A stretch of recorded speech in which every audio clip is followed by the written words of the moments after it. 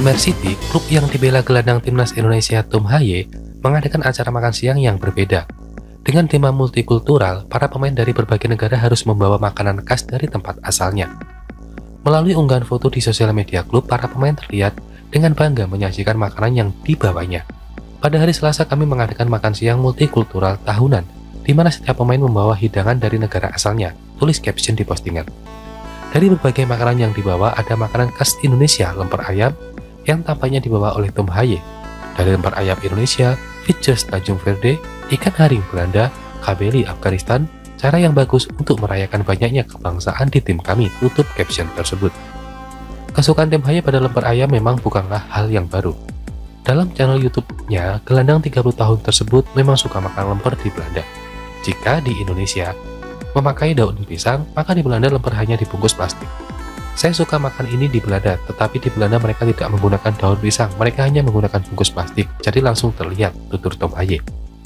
Selain lemper, pemain nomor punggung 19 tersebut juga sangat menyukai nasi goreng dan sate ayam. Bahkan ketika Tom Haye tiba di Indonesia, dia langsung memesan makanan tersebut. Saya katakan pada hari pertama saya memesan nasi goreng dan sate ayam, ujarnya. Di sisi lain, pada kemenangan 2-0 melawan William, Tom Haye memberikan satu assist untuk gol Marvin Martin.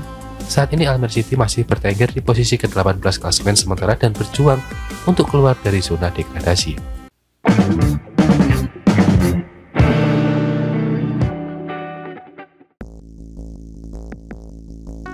Keberhasilan timnas Indonesia menang atas Bahrain di laga lanjutan grup C, babak ketiga kualifikasi Piala Dunia 2026 zona Asia, membuat para pemain Garuda berpotensi diguyur bonus besar. Hal itu disampaikan langsung oleh Ketua Umum PSSI, Erick Thohir. Ya, PSSI tengah menyiapkan bonus untuk para pemain karena berhasil membuat nama timnas Indonesia mendunia usai menang 1-0 atas Bahrain di Stadion Utama Gelora Bung Karno. Apalagi kemenangan itu begitu penting karena menjaga asa Garuda ke Piala Dunia 2026 masih terbuka lebar. Erick mengungkapkan Presiden Prabowo Subianto mendukung sepak bola Indonesia. Bahkan orang nomor satu di tanah air itu siap memberi bonus sebagai apresiasi mereka dalam memperjuangkan kemajuan sepak bola Indonesia. Ada diskusi khusus antara Pak Presiden dan Mensesnek dengan saya. Nanti saya laporkan ke Menpora mengenai terobosan-terobosan pemerintah ke depan untuk bagaimana apresiasi pemain diaspora ataupun pemain timnas kita yang sudah berkorban untuk nama besar bangsa kita, kata Erick Thohir. Pria yang juga menjabat sebagai Menteri BUMN itu mengungkapkan, Presiden Prabowo mengatakan selalu berada di belakang pemain. Artinya ia selalu mendukung mereka pun hasilnya karena telah berjuang keras. Pak Presiden datang ke hotel tempat langganan timnas. Bapak Presiden datang ketemu seluruh pemain. Dia bilang, saya berada di belakang kalian. Apapun hasilnya karena saya tahu itu tidak mudah. Tapi inilah komitmen kita sebagai bangsa harus bersatu, beliau sampaikan langsung, ujar Erick.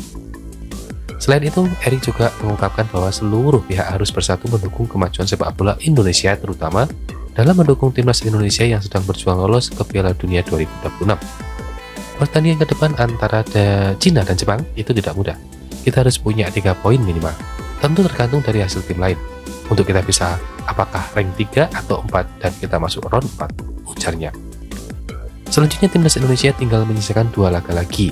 Kedua laga itu adalah menyambut Cina di SUGBK 5 Juni 2025 dan bertandang ke markas Jepang 10 Juni 2025. Anda bisa memetik 3 poin dari 2 laga tersisa itu, maka timnas Indonesia setidaknya berpeluang lolos ke babak keempat kualifikasi.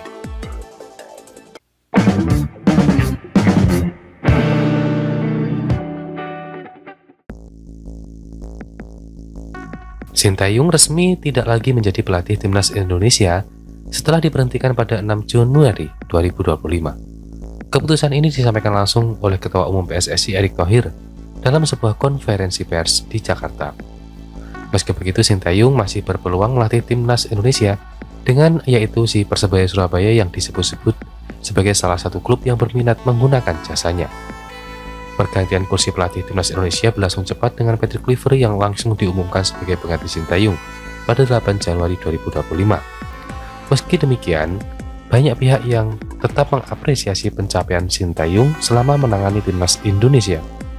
Di bawah arahannya, timnas Indonesia mencatat sejarah dengan mencapai 16 besar Piala Asia 2023, menembus semifinal Piala Asia 2023 dan 2024 untuk U23 dan lolos ke babak ketiga kualifikasi Piala Dunia 2026 untuk pertama kalinya tentu.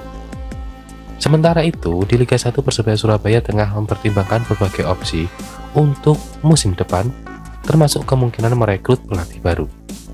Direktur Operasional Persebaya Chandra Wijaya mengakui bahwa evaluasi terhadap performa tim terus berjalan. Nasib pelatih Paul Munster juga belum bisa dipastikan, dengan 7 pertandingan tersisa menjadi tolak ukur penting dalam menentukan masa depannya. Tim ini harus meraih hasil maksimal sampai akhir musim, jadi terkait evaluasi baik itu pemain atau pelatih masih berjalan. Kalau pelatih juga tentu kita pantau sampai akhir musim ini, kata Wijaya yang tentunya kita utip. Saat ini Persebaya Surabaya berada di peringkat ketiga, klasemen sementara dengan 48 poin. Tertinggal 9 poin dari Persib Bandung yang berada di puncak. Meskipun belum ada konfirmasi resmi nama Sintayong disebut-sebut masuk dalam radar Persebaya untuk musim depan. Chandra Wijaya sendiri enggan mengungkapkan secara spesifik siapa saja kandidat pelatih yang tengah dipertimbangkan. Tidak spesifik pelatih tertentu, tapi yang jelas kami melakukan proses untuk mendapatkan pelatih yang cocok musim depan. Saya tidak bisa jelaskan prosesnya seperti apa, ungkapnya.